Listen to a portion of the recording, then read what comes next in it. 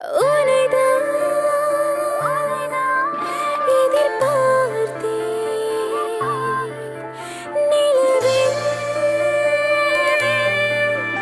அருகில்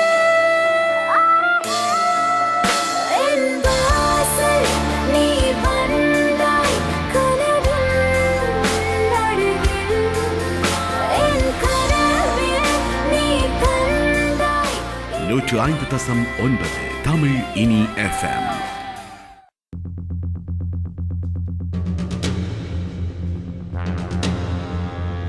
FM அலைவரிசையூடாக தமிழினியின் காற்றலையில் காற்று வெளியோடு இணைந்திருக்கின்றோம். முன்னாள் போராளிகளுடைய இன்றைய நிலை என்ன?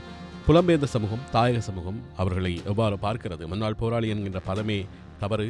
சமூகமயப்படுத்தப்பட்டவர்கள் அல்லது போராட்டத்தோடு தங்களை இணைத்துக் கொண்டவர்கள் என்பதுதான் சரியாக இருக்கும் என்று இணைந்து கொண்ட போராளி முரளி கருத்துந்தி பதிவு செய்திருக்கிறார். இந்த இன்றைய நிகழ்ச்சியின் நோக்கம் லங்கதாஸ் அவர் சொன்ன ஒரு கதையில் இருந்து தான் தொடங்குகிறது. கதையல்ல, அவர் சொன்ன ஒரு சம்பவத்திலிருந்து. ஒரு போராளி ஒரு கண்ணை இழந்தவர் தவறுதலாக ஏற்பட்ட தீ விபத்தில் உடல் கருகி மிக கடுமையான காயங்களோடு மருத்துவமனையில் அனுமதிக்கப்பட்டார். அதன் பின்னர் மேலதிக சிகிச்சைகளுக்காக அவரை யாழ்ப்பாணத்திற்கு கொண்டு வந்திருந்தார்கள். யாழ்ப்பாணத்தில் அவருடைய சிகிச்சை பலனின்றி அவர் உயிரிழந்து விட்டார். யாழ்ப்பாணத்திலிருந்து அவருடைய உடலை மீண்டும் முல்லைத்தீவிற்கு எடுத்துச் செல்ல முடியாத நிலை அந்த பெண்ணுடைய மகளுக்கு ஏற்பட்டது. அதனால் அரசு செலவில் தன்னுடைய தாயாரின் உடலை யாழ்ப்பாணத்தில் அடக்கம் செய்து விடுங்கள் என்கின்ற ஒரு கோரிக்கையினை அந்த பெண் குழந்தை முன்வைத்தது. அந்த கோரிக்கையினை ஏற்றுக்கொள்ளாமல் அவரை கொண்டு செல்வதற்கும் அவருடைய உடலத்தை வைப்பதற்கான அந்த பெட்டியினை வாங்குவதற்குமான பணத்தை அந்த மருத்துவ அதிகாரியை வழங்கியிருந்தார் பிரேம்குமார். அவர் வழங்கிய பின்னர் அந்த போராளியுடைய உடலம் முல்லைத்தீவிற்கு எடுத்துச் செல்லப்பட்டு இறுதிக்கிரியைகள் நடத்தப்பட்டன. இது போன்ற சம்பவங்கள் தான். தமிழினின் மரணம் வந்த போதும் அவரை பற்றி, அவருடைய வாழ்க்கையை பற்றி பேசிக்கொண்டோம். இப்பொழுது மீண்டும் ஒரு போராளியுடைய மரணம் வருகின்ற பொழுது பேசிக்கொள்கிறோம். இப்படியாக மரணங்கள் வருகின்ற பொழுதுதான் நாங்கள் பேசிக்கொள்ளப் போகின்றோமா என்ற கேள்விதான் மிக முக்கியமானது. இந்த பொழுதில் நல்ல உள்ளங்கள் தொடர்ச்சியாக போராளிகளுடைய எல்லோருக்கும் இல்லாவிட்டாலும் ஒரு சிலருக்காவது உதவிகளை வழங்கிக் கொண்டிருக்கிறார்கள். பிரேம் கூறியது போல வர்ணராமேஸ்வரன் ஒருவர் அந்த தொடர்பினை ஏற்படுத்தி தந்தவரும் அவர் தான். அவரை இப்பொழுது யாழ்ப்பாணத்திலிருந்து தொடர்பு கொள்கின்றோம். வணக்கம். வணக்கம் லங்கதாஸ் மற்றும் வணக்கம் ரவுணன். வணக்கம், நன்றி அண்ணா இணைந்து கொண்டமை. மற்றும் இந்த வானொலியினூடாக இதை கேட்டுக்கொண்டிருக்கின்ற அனைத்து எனது சகோதர உள்ளங்களுக்கும் எனது அன்பை தெரிவித்துக் கொள்கிறேன். ஒரு பாடகர், ஒரு இசைக்கலைஞர், கலைகளுக்கு அப்பால் மனிதர்களையும் மனிதத்தையும் நேசிக்கின்ற ஒரு மனிதர் என்கின்ற அடையாளங்களுக்கு அப்பால் எப்படி இந்த போராளிகளுக்கான உதவி செய்ய வேண்டும் என்கின்ற தேவை உணரப்பட்டது உங்களால்? அந்த கேள்வியிலிருந்தே நாங்கள் பயணிக்கலாம். உண்மையில பாத்தீங்கன்னு சொன்னால் அவர்களிடம் விரும்பி இருந்தால் எப்படியோ சுகபோகங்களை அனுபவித்துக் கொண்டோ இல்லாட்டி தங்களை தப்பித்துக் கொண்டோ இருந்திருக்கலாம். எங்களுடைய இனத்தினுடைய விடுதலையை முன்னிறுத்தி எங்களுடைய இனம் சுவிட்சமாக சந்தோஷமாக வாழ வேண்டும் என்று பல துறை சார்ந்தும் அதாவது உலகத்திலேயே நிமிர்ந்து நிற்கணும் என்ற கனவுகளோடு அவர்கள் தங்களை எங்களுக்காக அர்ப்பணித்தவர்கள். அப்ப அப்படிப்பட்டவர்கள் நாங்கள் மாவீரர்களாக போன பிறகு நாங்கள் எல்லாரும் பூ வைக்கிறதுக்கு லைன்ல நிக்கிறோம். ஆனால் அதுல மாவீரர்கள் பார்த்தா எத்தனையோ கேட்டகரிஸ் இருக்கு. 99% இருக்குது, 90% இருக்குது, 80% இருக்குது, இப்படி இருக்கு. அப்ப ஒரு உண்மையிலேயே விளிம்புல இருக்கிற சில எங்களுடைய போராளிகள் நினைக்க கூடாது, நாங்க இதை விட மாவீரனா போயிருக்கலாம் போல இருக்குன்னு நினைக்கிற சூழ்நிலையை நாங்கள் இந்த விழுப்புண் அடைந்த போராளிகளோ இல்லாட்டி காயப்பட்டு சில அங்கங்களை இழந்து இப்பொழுது மாற்றுத்திறனாளிகளாக இருக்கின்ற போராளிகளோ எண்ணுகிற ஒரு சூழ்நிலையை நாங்கள் உருவாக்கி கொடுத்திருக்கிறோமா, சரி அப்படி உருவாக்கி கொடுப்பது சரியா என்ற கேள்விகள் எல்லாம் இருக்கிறது. அந்த வகையிலே தான் எங்களால் முடிந்த அளவு அவர்களுக்கு எந்த விதத்தில் நாங்கள் உதவி செய்யக்கூடியதாக இருக்குமோ அந்த உதவிகளை அவர்களுக்கு செய்ய வேண்டும் என்ற ஒரு எண்ணம். நான் அண்மை காலங்களிலே எனது தந்தையார் சுகையினமிட்டிருந்த போது நான் அவரை பார்க்க வந்த போது பல எனது நண்பர்கள் மற்ற எனது மாணவர்கள் இப்படியான பலரையும் நான் சந்திக்கக்கூடிய வாய்ப்புகள் ஏற்பட்டது. அவர்கள் எல்லாம் முன்னாள் எங்களுடைய போராளிகளாக இருந்தவர்கள். எனவே என்னால் முடிந்த அளவுக்கு நான் அவர்களுக்கு உதவுவதை நான் ஏற்கனவே செய்து கொண்டிருந்தாலும் அதை கொஞ்சம் இன்னும் கூட்டி செய்யக்கூடிய ஒரு வாய்ப்பு எனக்கு கிடைத்திருந்தது நான் சொல்லுவேன். இது எங்களுடைய கடமையும் கூட. இப்பொழுது அங்கு இருக்கின்றவர்களுக்கு உதவி செய்வதற்கான ஒரு பொறிமுறை அல்லாவிடில் ஒரு வழிமுறை தனியான உதவிகளை செய்ய விரும்புபவர்களுக்கு இருக்கிறதா, அது குறித்து நீங்கள் என்ன சொல்ல முடியும்? அல்லது அங்கு இருக்கின்ற தேவைப்பாடுடைய போராளிகள் பற்றிய தரவுகளாவது யாரிடமாவது இருக்கிறதா? யார் யாருக்கு என்னென்ன தேவைகள் இருக்கிறது, என்னென்ன தேவைகளோடு அவர்கள் வாழ்ந்து கொண்டிருக்கிறார்கள், எப்படியான உதவிகளை கொடுத்தால் அவர்களுடைய வாழ்வாதாரத்தை உயர்த்தலாம் என்பது போன்ற தரவுகளாவது அவர்கள் எங்களிடம் இருக்கிறதா? இல்லை, என்னன்னு சொன்னால் உங்களுக்கு தெரியும், இங்கே உள்ள சூழ்நிலைகள் கடந்த காலங்களிலே இருந்த அரசியல் சூழ்நிலைகளில் இருந்து இப்பொழுது இருக்கின்ற சூழ்நிலை வரை பார்க்க வேண்டும். அப்படி பார்க்கும்போது கடந்த கால அதாவது 2009க்கு பிறகு இருந்த குறிப்பிட்ட வருடங்கள், இப்போது அண்மையில் இருக்கிற ஒரு 1-1.5 வருடங்கள் என்று பார்க்க வேண்டும். அப்போ பலவிதமான நெருக்கடிகளும் ஒருவருக்கும் இருந்து கொண்டு இருந்த போது அவர்களை அப்படி ஒரு தரவுகளை சேர்த்தாலே இவர் யார் சேர்க்கிறார், ஏன் சேர்க்கிறார் என்று சொல்லி பிரச்சனை இருக்கும். இப்பொழுதும் அதே நிலை இருக்கிறது. எனவே அந்த அந்த இடங்களிலே இருக்கின்ற உறவுகள் இல்லாவிட்டால் உங்களுக்கு நண்பர்கள், இப்படி அவர்கள் ஊடாகத்தான் இப்படியான தரவுகளையும் நாங்கள் சேர்க்கக்கூடியதாக இருக்கும். இல்லை என்று சொன்னால் நேரே பார்க்க வேண்டும். அது இல்லாமலுக்கு பார்த்தீங்கன்னா சில பேர் தங்களை இப்ப சில எப்படி சொல்லலாம், சில சமூக அமைப்புகளோட இப்பொழுது பார்த்தீங்கன்னா வன்னி விழிப்புணர்வு அற்றோர் சங்கம் என்று சொல்லி உருவாக்கி இருக்கிறார்கள். அதிலே இந்த கண்ணோட சம்பந்தமான மாற்றுத்திறனாளிகள் எல்லாரும் இணைந்திருக்கிறார்கள். இப்படி இப்ப கால்களை இழந்தவர்கள், மற்ற கைகளை இழந்தவர்கள், அவர்களுக்கான அப்படியான ஒரு அமைப்புகளும் இருக்கிறதா எனக்கு தெரியல. அது விழிப்புணர்வு அற்றோர் பார்த்தால் அதுல என்னுடைய நண்பர்கள் எல்லாம் கூட இருக்கிறார்கள். நான் கண்மையில் கதைத்தேன். அப்போ அவர் சொன்னார்கள் 292 பேர் 2 கண்களும் தெரியாதவர்கள் இருக்கிறார்கள். அதுல இன்னும் பார்த்தீர்கள் சொன்னால் ஒரு கண் தெரியும், ஒரு கண் கொஞ்சம் தெரியாது. இப்படி இந்த கண்ணோட சம்பந்தமாவே பாத்தீங்கன்னா கிட்டத்தட்ட 1200 போராளிகளுக்கு மேலே இருக்கிறோம். அப்ப இவைகளுக்கெல்லாம் அண்மையில கூட பாத்தீங்கன்னா வன்னிக்கெல்லாம் கூட இருக்கணும். அது இப்ப இந்த மழையால் எல்லாம் சரியாக பாதிக்கப்பட்டு போய் அந்த சொன்னார் முகிலன், அவருக்கு பேரும் நினைக்கிறேன் நீங்க நந்தன் என்று சொன்னதுன்னு அவருக்கு தெரியும். அவர் என்னோட தொடர்பு சொன்னார் அவர்களுடைய மனைவிமார் கூலி வேலைகளுக்கு போய்த்தான் அந்த குடும்பம் ஓடிக்கொண்டு இருக்குது. சில குடும்பங்கள் இந்த மழைகளால கூலி வேலைகளுக்கு எல்லாம் போக முடியல. அவையில் எல்லாரும் தங்களோட கேட்கினோம் ஐயோ ஒரு 5 கிலோ அரிசியாவது எங்கேயாவது வேண்டி தரத்துக்கு உதவி செய்யும் கொண்டு கேட்கிறோம், எங்களுக்கு என்ன செய்யறன்னு தெரியல என்று சொல்லி என்னிட்ட கேட்டிருந்தார். அப்ப நான் என்னால முடிஞ்ச அளவுக்கு நான் சில என்னுடைய நண்பர்களோட தொடர்பு கொண்டு நான் சில உதவிகளை என்னால் நான் சேர்ப்பித்திருந்தேன். இருந்தாலும் கூட தேவைகள் அதிகமாக இருக்குது. உங்களுக்கு தெரியும் அங்க உள்ள சூழ்நிலைகளும். அதாவது நாங்கள் சில பேரை அணுகிறது என்பது இப்போ நாங்கள் அணுகினாவே நினைக்கணும் ஏதோ எங்களுக்கு உதவிக்கு அணுகிற மாதிரி. அப்ப எனக்கு அந்த இதால நான் கூட பலரை அணுகவில்லை. காரணம் என்னன்னு சொன்னால் அவர்களுக்கும் பொறுப்பு இருக்கு, கடமை இருக்குது. அவர்கள் அதை உணர்ந்து எல்லாரும் செயல்பட்டால் மற்ற ஒருவர் நம்ப வேண்டும். அந்த நம்பிக்கை என்பது இல்லாம இங்க இல்லை.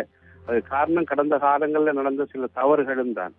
அப்ப யாரை நம்பாது? இப்ப நான் இங்க இருந்து சில தகவலோடு சொல்றேன் இப்படி இப்படி எல்லாம் இருக்குது அப்படின்னு சொன்னால் அங்க இருக்கிறவன் என்ன இவர் இதன் செய்ய போறாரு, இவருக்கு வேண்டாயிரம் நம்பினால் நான் ஒன்றும் செய்ய முடியாது. அப்ப அவர்கள் ஒரு கேள்வி கேட்க உரிமை இருக்குது. அவர்களுடைய தொடர்புகளை எங்களுக்கு தாரீங்களான்னு கேட்டால் நான் அதை கொடுக்கலாம். அது இல்லாமலுக்கே சில வேலைகள் இப்ப நான் இது என்ன வச்சு சொல்லல, என்ன மாதிரி வேறையும் பலர் அப்படி சில முயற்சிகளை எடுத்திருப்பார்கள்னு நான் இப்ப நினைக்கிறேன். ஆனா அதே எல்லாரும் அங்க உள்ளவர்கள் நம்புறார்களா என்று தெரியல. நம்பாம ஒன்றும் செய்யவும் முடியாது. அங்க இருக்கக்கூடிய என்ன செய்யலாம்னு சொன்னால் ஒன்று செய்யலாம் என்னன்னு சொன்னால் அங்க இருக்கிறவர்கள் இப்படியான உதவிகள் இருக்குன்னு சொன்னால் இப்ப நான் எல்லாம் உங்களுக்கு தெரியும். நான் இப்ப அண்மையில் சில விஷயங்களோட தொடர்பு கொண்டிருந்தேன்.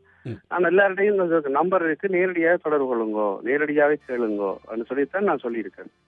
என்னிட தாங்கன்னு நான் சொல்ல இல்லை. அப்ப அதை ஓகே அப்படின்னா நாங்களும் ஒரு கொஞ்சம் பேரை புறப்படுக்கிறோம் பாக்குறோம்னு சொல்றதுக்கு ஒரு தடவை முன் வர இல்லை. இப்ப நாங்க கூட அண்மையில சில வெளியீடுகளை உங்க செய்தோம். அதாவது உண்மையில ஸ்பெக்கமான விஷயம் என்றாலும் நான் நீங்க கேட்கிறபடியே அது ஒரு வானொலி கேட்கிறவைகள் புரிஞ்சு கொள்ளட்டும் சொல்றேன். யார் யாரெல்லாம் எங்களோட நாடு தேசியம் எல்லாம் கலைக்கணுமோ அந்த ஆக்கள்ல 100% ஆக்கள் அந்த வெளியீட்டு விழாக்கு வரல.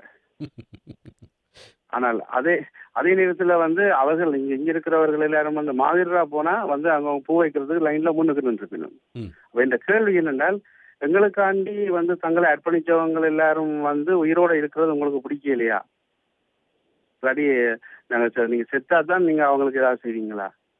இந்த கேள்விதான் இங்க இருக்கிறவங்களும் கேட்கிறாங்க. எனக்கு ரொம்ப மனசுக்கு ரொம்ப கஷ்டமா இருந்துச்சு. இப்படியான விஷயங்களை எல்லாத்தையும் கேட்கல, எதிர்நோக்க கேட்கல. அதுலயும் நான் குறிப்பா இப்ப அண்மையில ஜெர்மனிக்கு போயிட்டு அங்கிருந்து தான் இங்கே வந்திருந்தேன். ஆனால் வந்து ஐரோப்பாவில் கொஞ்சம் வித்தியாசமாக இருக்கிற மாதிரி இருக்குது. கனடாவில் வந்து கொஞ்சம் வேற மாதிரி இருக்கிற மாதிரி இருக்குது. ஏன்னு எனக்கு புரியல.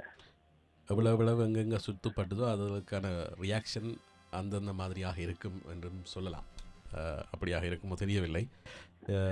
மோசடிகள் யாரும் கேட்கிறவே வந்து இது நான் தனிப்பட்ட உண்மையில வந்து நான் யாரையும் இந்த குற்றம் சொல்றதுக்காண்டி சொல்லல.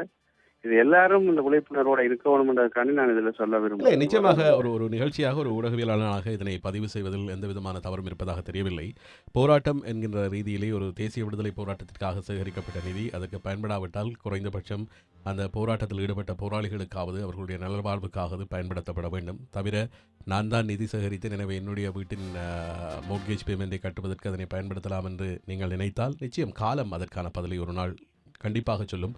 சிலருக்கு சொல்லியிருக்கிறது என்றும் நாங்கள் அறிந்து கொள்கிறோம். ஆகவே காலம் கடந்து விடவில்லை. இன்னும் தேவைகளோடு எங்கள் போராளிகள் இருக்கிறார்கள். அவர்களுக்கான உதவிகளை இனியாவது செய்வதற்கு அவர்கள் முன்வர வேண்டும். அப்படியாக அவர்கள் முன்வந்தாலே போதும், ஓரளவிற்கு அவர்களுடைய தேவைகளை பூர்த்தி செய்து விடலாம் என்று நாங்கள் நம்புகிறோம்.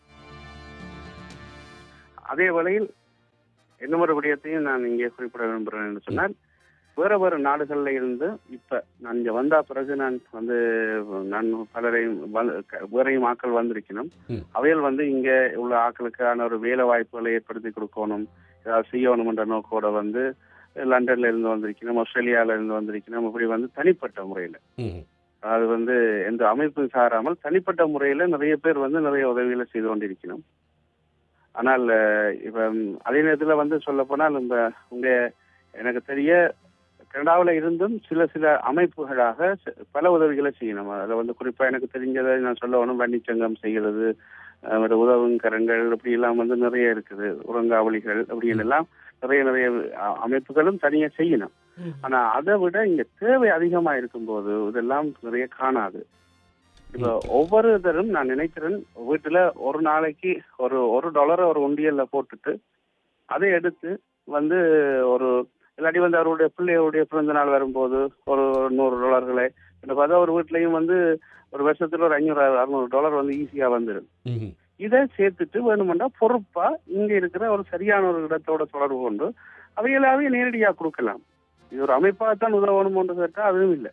நிச்சயமாக அந்த விழிப்புணர்வு வேண்டும். அதை ஏற்படுத்துவதற்கான வழிகள் இருக்கு. நிச்சயமாக அதை ஏற்படுத்துவதற்கான ஒரு முனைப்பு தான் இது போன்ற உரையாடல்கள், இது போன்ற கருத்து பகிர்வுகளாக இருக்கும் என்று நாங்கள் நம்புகிறோம். தொடர்ந்தும் இது பற்றி உரையாடுவோம். காரணம், ஊடகமாக மட்டுமல்ல, தமிழர்களாக புலம்பெயர்ந்த தேசத்திலே வாழ்ந்து கொண்டிருக்கின்ற தமிழர்களாக எங்கள் எல்லோருக்கும் அவர்களுக்கான உதவிகளை வழங்க வேண்டிய தார்மீக கடமை இருக்கிறது என்று நாங்கள் நம்புகிறோம். அதை நம்பாதவர்கள் வந்து அவர்களுடைய இந்த நிலைமைக்கு நாங்களும் மிகப்பெரிய ஒரு பொறுப்பை ஏற்க வேண்டியவர்களாகவும் புலம்பெயர்ந்து வாழ்கின்ற சமூகத்தில் இருக்கின்றவர்களும் இருக்கிறோம். உங்களுடைய கருத்து பகிர்வுக்கு நன்றி வர்ண ராமேஸ்வரன் அவர்களே. இன்றைய இந்த நிலையை நேயர்களோடு பகிர்ந்து கொண்டமைக்கு நன்றி. நாங்கள் மீண்டும் உங்களோடு தொடர்பு கொண்டு பேசுவோம். ஆமாம், நிச்சயமாக வந்து நல்லது இல்லைங்கதா.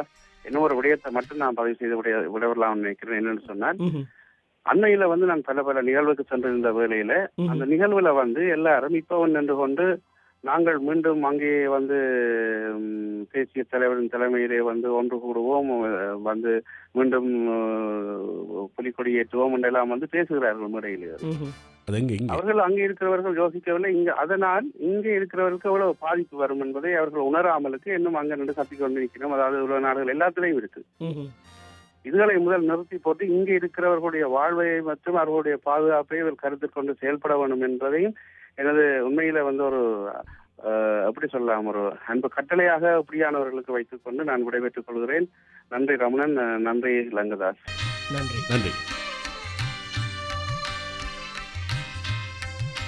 இணைந்திருந்தவர் வர்ண ராமேஸ்வரன் யாழ்ப்பாணத்தில் இருந்து. முன்னாள் போராளிகளுடைய நிலைமை தொடர்பாக புலம்பெயர்ந்த ஒரு பார்வையாக அதனை பதிவு செய்தோம்.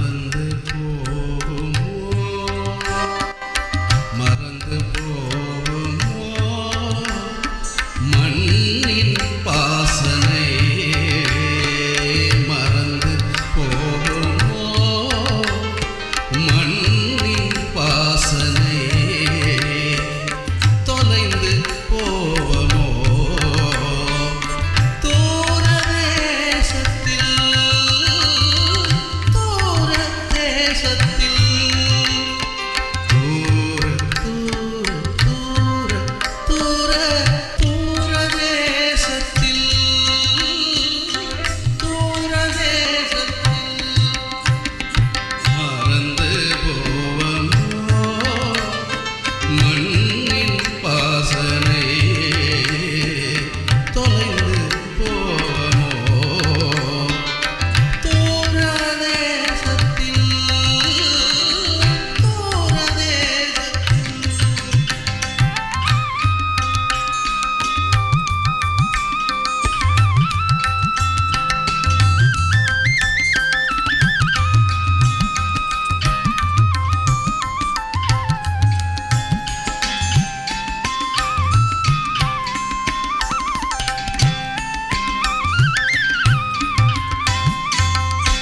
வேப்பமரக் குயிலே என் வீடு இன்னும் இருக்கிறதா?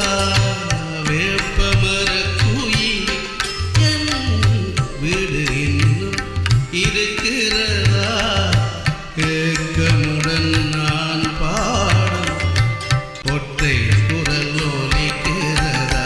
வேப்பிள் மர நிழலோரம் மெல்ல விழி மூடுகையில்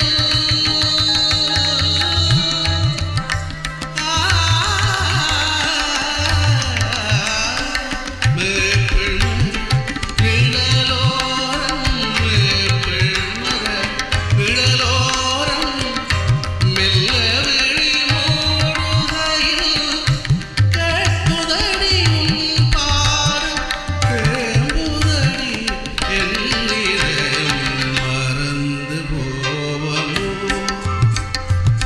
மறந்து போவமோ மண்ணின் வாசனை தொலைந்து போவமோ தூர தேசத்தில் தூர தேசத்தில் தூர தூர தூர தூர தூர தேசத்தில்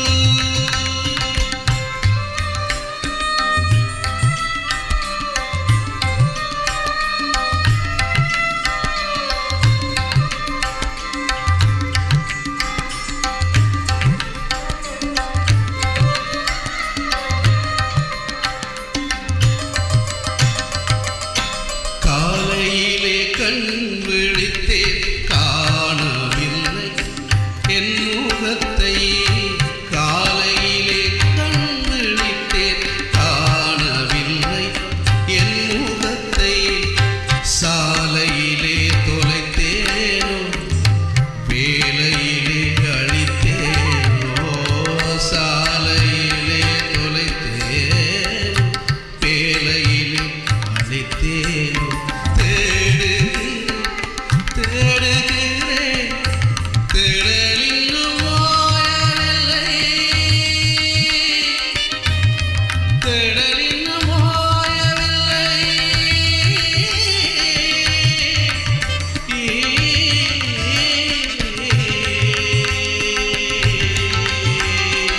தேடுகிறேன் தேடுகிறேன் தேடலின்னும் ஓயவில்லை வாடுகின்றேன் ஓர் நினைவில் வாழ்க்கை என்று ஏதமில்லை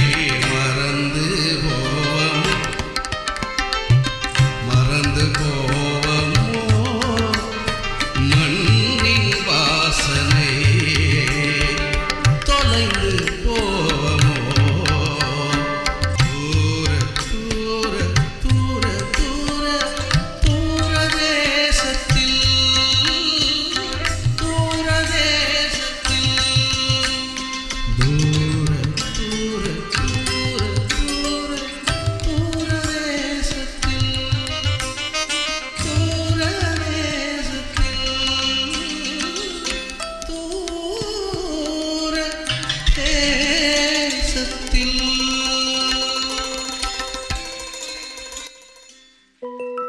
மொழி வழியும் தனியலை